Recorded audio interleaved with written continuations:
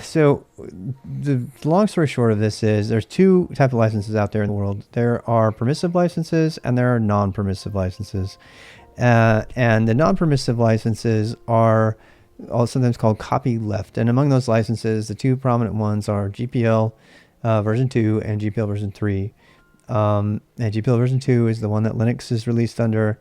At one point, Linux and everything else that went with Linux, the GNU/Linux part, right?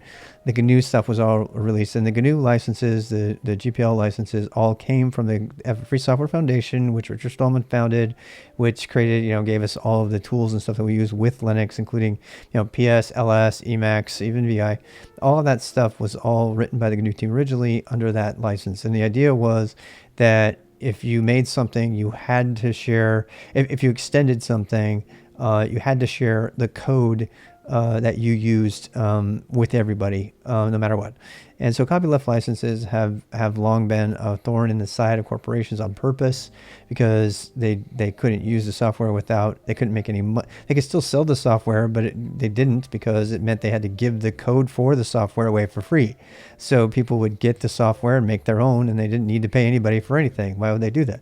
So Stallman's vision of the open, I still think he's the most significant technologist of our time, despite his controversy, because business models have been created after this guy, open core business models, Creative Commons, everything that's, the idea of releasing software for free and letting people, community, drive that, as well as, other things like, free media and stuff, has all come from Stallman.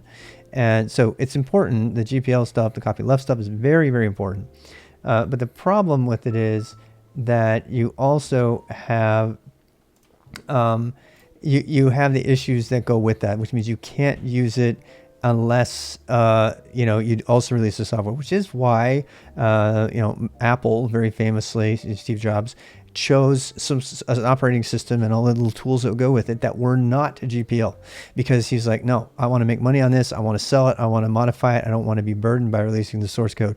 So he reached for the other type of license called a permissive license. Permissive licenses are sometimes called open source, and that word is like, the devil to Stallman. He hates it because it means that the focus is on quality and not so much on being free, according to him. And that means that by giving the software and the source code to everyone, that everybody can contribute to it and make it better and get the bugs out of it and help it advance faster, yada, yada, yada, but not so much on ensuring that everybody has access to the code every time. And prominent licenses of this type include Berkeley BSD, which is what Go is released under. It's what FreeBSD is released under. It's important that you know that BSD is a Unix operating system that was developed almost at the exact same time that Linux was developed across the world on another area before the internet was a thing. Torvalds has said openly, if he'd known that BSD was being developed, he may not have created Linux, which was an extension of Minix, which he learned about from his professor, who kind of, helped him, and that was meant to be an improvement on that. So knowing the history of those two operating systems really helps understand.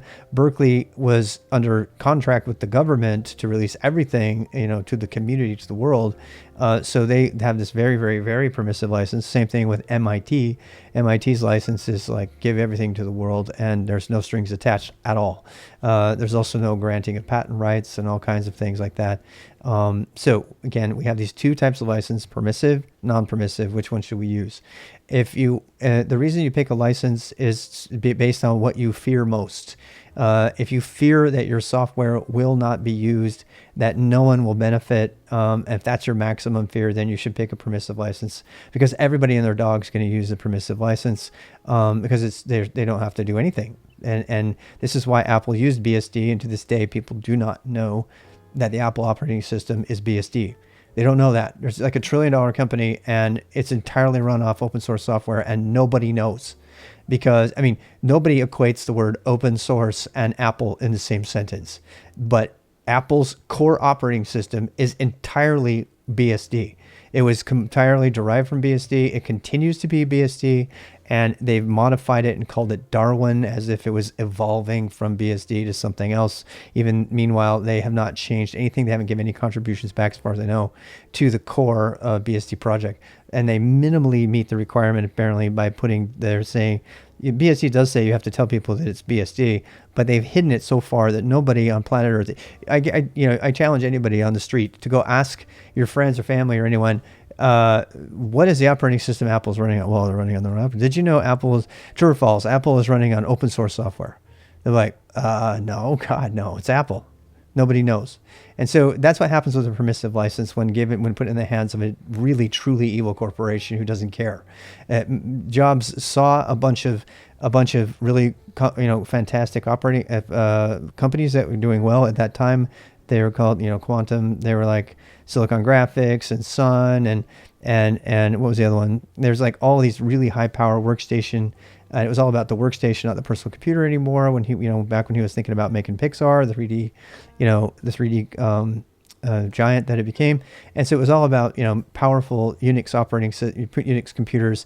And so he created Next, but he didn't have the horsepower to get people to do Next, and he didn't have access to Wozniak anymore. So he said, what can I do? So he stole BSD. I mean, stole was a strong word, but he took BSD, put it in Nextbox, made a cube, did his old polish and marketing, and tricked the entire world into buying a BSD system.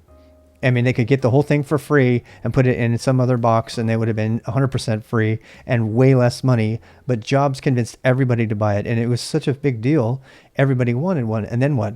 And then Apple goes down in the toilet because they didn't know what to do without Steve Jobs. They said, Steve Jobs, please, please, please come back. He says, okay, I'll come back. I'm going to bring my license with me and my software. And he said, fine. So, and since that day, Mac has enjoyed the power and benefit of a Unix underlying operating system under the hood. And some would say that that was what caused Mac to jump way ahead of Windows in terms of developer satisfaction, because it now had a full-blown Unix system under the hood, because Jobs had stolen BSD and marketed it for himself under a permissive license. Now, you have to understand that history in order to make a decision about what you want for your software. Do you want your software to be the subject of, if you make something particularly interesting and fun, do you want it to be attacked and stolen? Windows is dev-friendly. Developers, but their command line has never been friendly. It is now, these days, with WSL2, but WSL2 is largely a reaction to this demand for Mac, which was getting everybody's popularity because of the command line, mostly because of the command line and the underlying Unix system. And so, that just solidifies the superiority of Unix, period, whether it's Linux or Unix, because it's dominating all across the board right now, so you better learn it. So having said that, now we have to pick a license. And I know we're just trying to get on with our project here, but as we pick a license, we have to answer the question, what license do I pick? So do you pick a license that caters into the needs and interests and wants of these big, huge corporations, which may also be in line with your interests? And I'll get to that in a second. Or do you pick a license that says, thou shalt not use my software under any circumstances unless you release everything associated with it? You cannot even compile it, particularly for Go. Go is statically linked. That means if you make a library that's GPL, they cannot release software using your package at all because it's statically linked. That means that any code that's statically linked together with it also has to be released. So if you do a GPL v3, if you do a Pharaoh, if you do any of the copyleft licenses, you are forcing, particularly with Go, because Go is linked, the code is linked to the other thing. There's no way around this. LGPL kind of is a gray area where you can get around this because it's dynamically linked, but you can't do that with Go because it's statically linked, which means, and there is one other license in the mix, it's called Mozilla Public License, which I looked at seriously today for quite a bit, which requires you to put, you don't have to do this, but it usually requires you to put the license header in each file, and then each file is subject to sort of a middle of the ground kind of thing. And it seems like it would be the right thing to do, but after researching it today, I realized it's neither one nor the other, and that's not good either, right? Because if you're picking a license because you're saying thou shalt not use my software, you don't want to hedge your bet and say except for here you can use it. right? You want to say, you're never using my software under any purposes. That means Apple and IBM and all you can run away. You're never going to use this. That software will not be used and adopted. So if you're writing a package like the colors module, like we're doing right now, and you want everybody to be able to benefit from it, and you're writing it because you mostly want people to be able to use it, including you, and you want other companies to be able to use it and just kind of as a contribution to the world, and you don't mind them turning around and selling software that uses it, then you want a permissive license. But if you want to say, look, you can use my colors module, but anything that uses my colors module can never be sold without giving or distributed in any way without you giving all of the source code that uses it to everybody else. And I don't have to tell you that the popular license today is the more permissive licenses. In fact, it's got so bad, everybody thinks that you should default to MIT, which is a bad idea.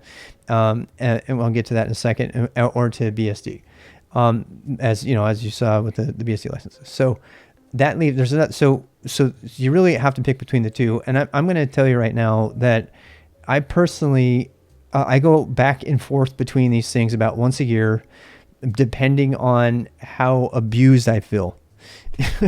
So I'm about, but let me tell you a very real situation that you care about. Okay. If you're a developer, if you're a developer and you have to pick a license, and you work for a company and you want to use that software that you licensed on the open source world for that company. So first of all, you need to make sure you're working for a company where you can even do that.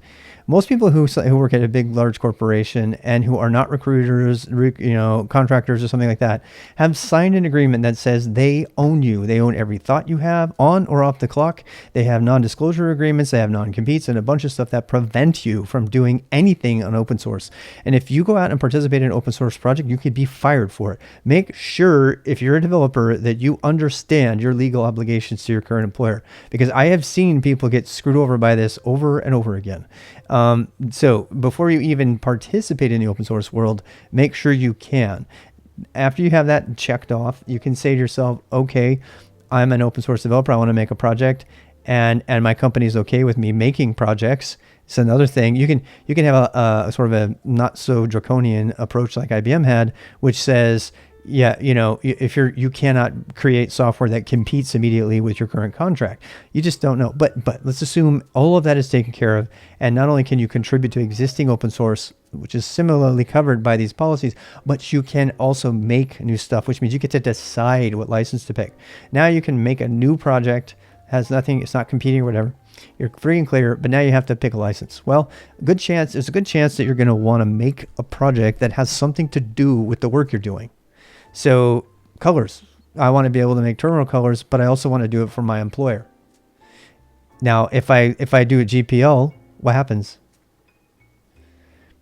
Yeah, absolutely.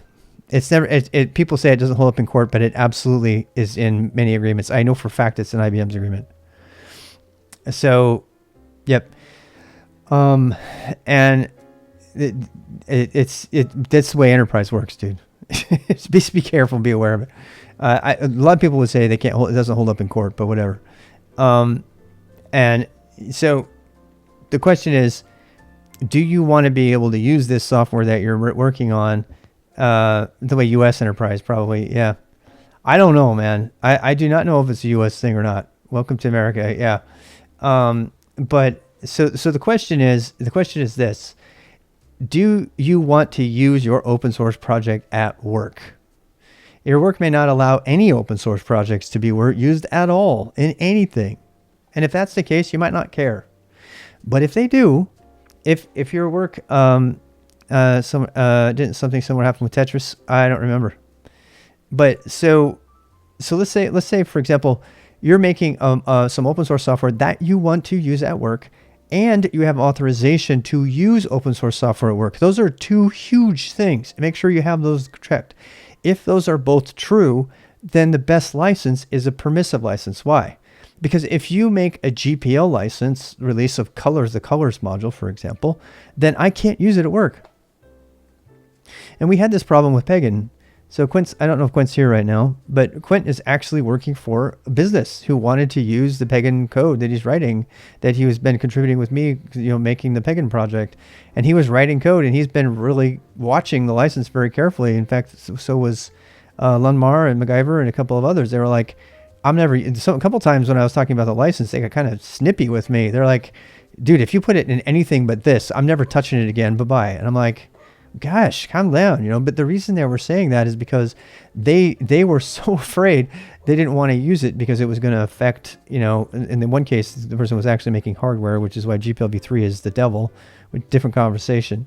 So you actually want a permissive license so you might actually, this is the moral dilemma I'm facing. So you may hate the fact that the company you work for is going to make lots of money off of the open source contribution you're making to the world. But the benefit, the sort of cathartic thing about this is that you at least can share it with others and you can use it on your next job. So if you are lucky enough to be able to work on open source and use the same open source code that you've written for your job, or even be paid to work on it on the clock, which Microsoft does. Microsoft and a number of other companies I can't think of right now will allow you to work on open source projects. Canonical, of course, will allow, Red Hat, they will pay you to work on open source projects on company time. So if you want to, there are those kind of companies out there. You might want to look for that. But if you don't, and you happen to have one that will let you do it, picking a permissive license is the thing to do, because then you can say, I want to use my open source on this company project. If you do GPL v2 or v3, there's no way you could use that product on any company project automatically.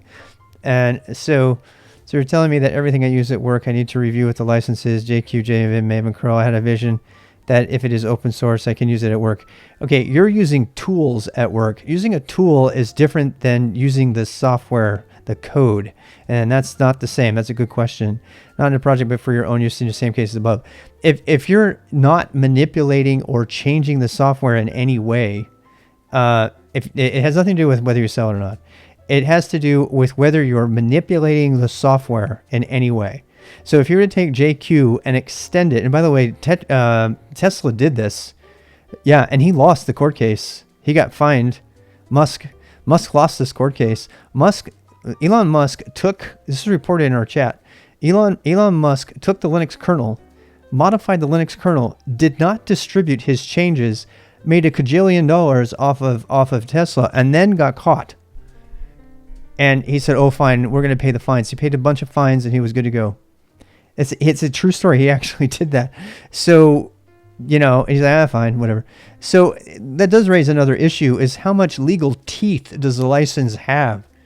If there's not an organization behind the license that's going to cause people, there's the opposite problem of this too, which happened with the Linux kernel. There was a network engineer on the Linux project who went ballistic, and he started suing everybody, all of these big companies, because he was just as a money market scheme.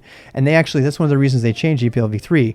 The piece that's not about TiVoization in GPL 3 is actually about like remediation time lengths. So you can come and do it to prevent the companies from assholes like this guy who went around and sued all the companies he could who weren't in compliance. And because the license didn't allow a period of remediation, he was getting settlements out of court and became a millionaire.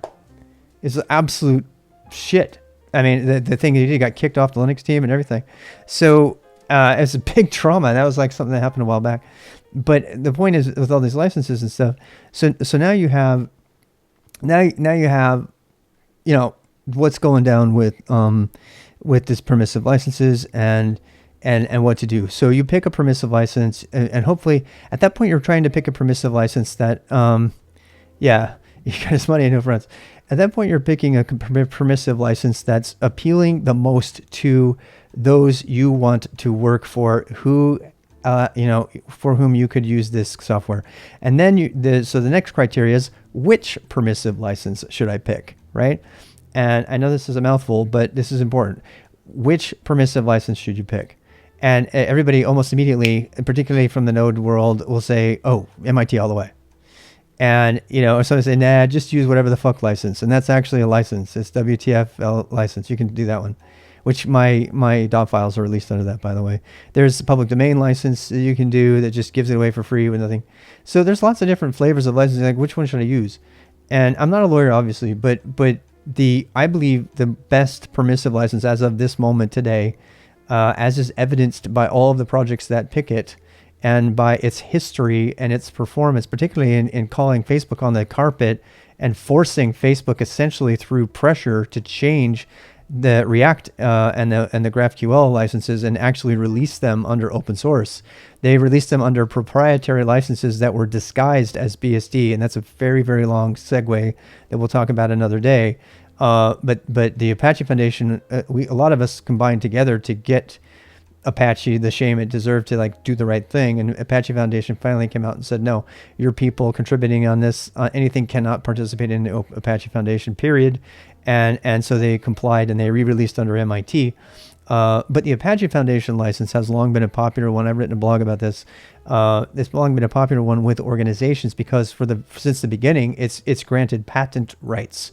So the Apache Foundation is a license that the Apache V2 license is a license that was created with the largest of enterprises in mind, with massive legal teams. So it's a freaking long license. It's not one that you would necessarily want to read, but you know what? Lawyers love that. Developers might hate it, but the lawyers love it. They love it because it's precise. It's got a lot of explicit rights. Yeah, that's the one. And I was called now. I use a lot of dot files. Do what the fuck you want to, public license. That's literally the name of the license. And that's not even an original. And so you have this option to release a license that's backed by the Apache Foundation, which has already proven it has teeth. And the lawyers like that. The lawyers like that the foundation has proven itself legally. You know, it has the power, it has influence. And you might think the Apache Foundation is really old, but in this particular case, that's very good because that means stability. That means, you know, an organization that has a lot of clout. And legally, that makes Apache 2 very nice. The Apache 2, okay, so any permissive license does pretty much one of three things, or all of them. It says, first of all, it says anybody can use anything and they can sell the software in any way they want. That's what a permissive license means. It means do whatever you want with this license. Not only can you do whatever you want, you promise that you will never come after us if it breaks your system. Indemnification, I think it is. And then it says, but beyond that, it also says that you are granted a permanent, like in perpetuity, like patent license for everything. Now read the license yourself. This is not, you cannot decide. You can go through choose a license yourself. You can make this decision. Yes, choose a license is accurate. And again, I'm not a lawyer, but I have studied this shit so much because I have had to, because I've worked at IBM and for so many years. And so I've had to try to find the best one. I'm constantly looking for a better one. I'm playing a project live, maybe some videos for the Brazilian public about a good part, what you pass on to me. I want to encourage the people I know to use Vim, Tmux, Unix to say that there is those options. You know, yeah, that'd be really great. So Apache, the Apache 2 license I believe is the most well worded and, you know, well established and well respected by big corporations and lawyers. So, and those are the people that you may hate. And of course, Stallman hates the Apache 2 license because it's a great license if you're a corporation and you want to be 100% protected. It's even safer than the BSD licenses that Go was released under. And one of the reasons you wouldn't use the BSD license, by the way, is there's so many different versions of it. There's like this plus this plus this plus this. You can never tell which one it is. In fact, go look at the Google license for Golang, and you can see that they had to make modifications and amendments, and it has this, you know, rider on it and this extra thing. And that's, of course, what Facebook tried to do and added their own, which turned out to be Facebook. In a nutshell, Facebook tried to make a license that says, yeah, you can use this for free unless you want to sue us. If you want to sue Facebook for any reason at all, for any reason, for having a Facebook car hit us in the street, doesn't matter. For any reason at all, if you sue Facebook, your license is immediately revoked without question. That is not open source. And it was so embarrassing that people were using React without license. In fact, it was so bad, VMware said, we won't use it. And I have the email, the internal email from that I put on my blog. That talks about that the legal team at VMware is like, hell no, you can't use React here, not with that license. And so they were shamed into do that. Because why? Because they took BSD and they said, ooh, we like BSD because we can like add stuff onto it. Well, they added crappy stuff onto it. And they ended up blowing the whole point. Now, fine, we'll use one of the standard licenses. And so they pick MIT. Why not MIT? People tell me this all the time. Why not the MIT license? The MIT license is not precise enough. You might love it. It might be really easy to put in. It's kind of cool sounding, but it is not as precise. If you release something under, look, the modern legal landscape, I'm not a lawyer, but I'm telling you, the modern software legal landscape is all about patent rights. And if you don't have patent rights in your license, you're, by today's standards, behind the times. Because those big companies, which one are they going to pick? No, it is absolutely not the same as MIT. They're both permissive licenses. The MIT license says you can do whatever you want and you can't sue us, including selling it, by the way. That's literally what it is. It's like you can do whatever you want. And you can go read about them, but there's more subtleties to that. MIT license says you can do whatever you want. Says you can't use our name officially. That's the Go license. Apache says you can do what you want. You can't sue us, and we also give you the in perpetuity patent rights to everything here. So that if any of this were to end up being signed down as a software patent of some kind, you also get those rights. So somebody can't hit you with patent litigation later, which people have done with the MIT license. So the more permissive licenses that are out there do not cover patent rights. And if you don't have patent rights covered, software patents are a horrible issue. Hopefully you'll never have to try to uncover or untangle the patent right issue. Suffice it to say that if you're using software that does not grant software patent rights, and you're a company, you're at risk. And I mean, the level of risk is up to you and your lawyers to figure out, but that is the current landscape. So the ultimate lack of risk license that's accepted by most people right now is the Apache 2 one. Now, there might be modifications to the MIT license that have happened since the time I last reviewed it. I haven't reviewed it in a long time, but I think it's pretty much the same one. The other thing that's really bad about the the MIT license, in my opinion, this is my opinion. This has nothing. It's not a legal opinion. The MIT license has no teeth. It has no teeth at all. So let's say somebody comes after you with the MIT. What are they going to do? What's MIT going to do? Go sue people? No. And by the way, this is one of the reasons I backed away from the Mozilla license too. Mozilla has a license that tries to walk the middle path between the two, and it has a Mozilla Foundation behind it, that's like can back it up. The Apache Foundation has a solid legal history of being badass. Now, it might not sound very sexy. It's a really old software name, but the Apache Foundation has proven over and over again that it can bludgeon the big Silicon Valley companies into doing the right thing if they don't, because it has done so with Facebook twice. So, if you're going to pick a license, the whole point of the license is to hopefully have it be observed by somebody, right? So let's say somebody violates the Apache 2 license and you released your software under Apache. What are you going to do? You're going to hire a lawyer? Well, you probably don't have the money and resources if you're an open source programmer to do that. But I tell you what, you put the right bug in the right ear in the Apache Foundation, and they'll fucking back you up. They'll go after them because they've done it. They've done it over and over. So, and they have the money because they have a lot of corporations who've contributed into the Apache Foundation for years. I mean, again, this is just me talking here. I am not a lawyer, but my feeling about this is that the Apache license is by far the coziest license for you to pick as an open source developer. If one, you want to be able to use your own software on your own projects in enterprises that are scared of open source, which describes a lot of us, and two, you want the strength of a large foundation behind you in the case that something might go down with regard to the license. Now, because you did it as Apache 2, you've pretty much given away all rights to that software. There's no way you're ever getting money for that. I mean, you can sell your package libraries and stuff, but nothing. I mean, any innovation that you make in Apache 2 is immediately going to be available to everyone else, so because you've released it that way, right? Now, you can still use that software and build proprietary stuff on top of it and link to it, and you can't do that with GPL. You cannot do that with GPL. and that this is how people make money on this kind of stuff.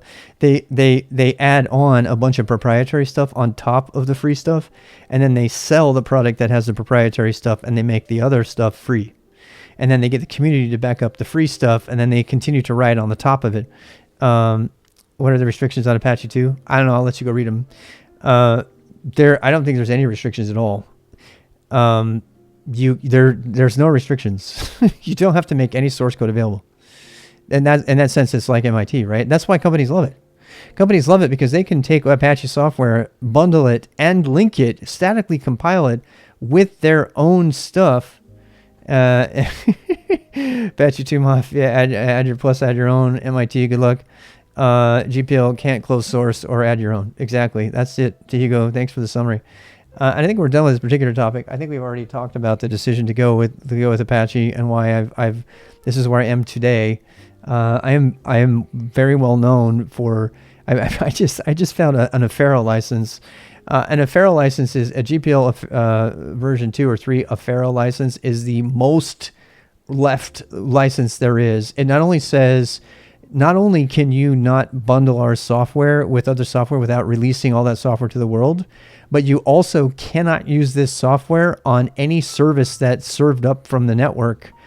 So if you make software that uses a website, any other software that uses that website is also forced to release its source code. So it's the most copyleft license you will ever see. And it's just, really over the top. I guess it's worth noting that GPL2 says you have to give your changes back, and that's what Linux is on right now. I personally think that GPL2, I said this before, but I have no indications of this whatsoever, but I personally believe that GPL2 is going to be dead. And I don't say that lightly. I think that over time, Linus Torvalds and the Linux Foundation will be forced to come up with their own license because the GPL v2 technically is managed by the FSF. And Linus Torvalds has already very publicly stated his separation from the FSF in a Debian conference video you can go watch for yourself. And based on that, I have considered releasing software under GPL2, but based on this unknown future for GPL2, and 3 is just straight out. 3 is just a ridiculously stupid license that nobody should use, that forces hardware manufacturers to never close their hardware as well as their software. It has nothing to do with software. It's a total disaster. What are we doing here? -6, -7. Yeah. I always use MIT. There's a lot of people that say they always use MIT. It's a really popular thing for people who really don't know what they're talking about to use. And that's fine. You can continue to use MIT, but I guarantee you, the people that I've worked with would take Apache over MIT every day. And why are you picking the license again? You're picking the license because you're trying to create trust with the people you want to use the license. And MIT does not grant patents. Apache does. Which one will you pick? The people who pick MIT because they read about it on Reddit in some corner of the internet are making the decision on less than all the information. That's all I'm saying. And they do it a lot. They do it a lot because they think it's the cool license to have. They have no idea what the fuck they're talking about. They haven't researched it even minimally. If they had, they would already know that license has problems. But it still doesn't stop them from doing it. License into each file.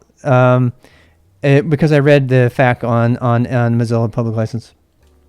Yeah, again, this is just my opinion. This is not legal. I'm not a lawyer. I am an experienced software engineer who's worked with big companies, and I'm just telling you my opinion. But if you don't like it, do your own thing.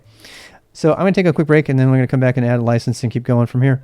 But I feel like it was important that we cover that thoroughly so that you can help to make your own decisions there. Again, read as much as you can about the licenses. Most importantly, I think, I think the most important thing you should do is do your own research, but most importantly, among your own research, look up the companies that you trust and the projects that you trust and figure out why they picked the license they did. The reason I considered Mozilla Public License is because HashiCorp uses it for all their stuff.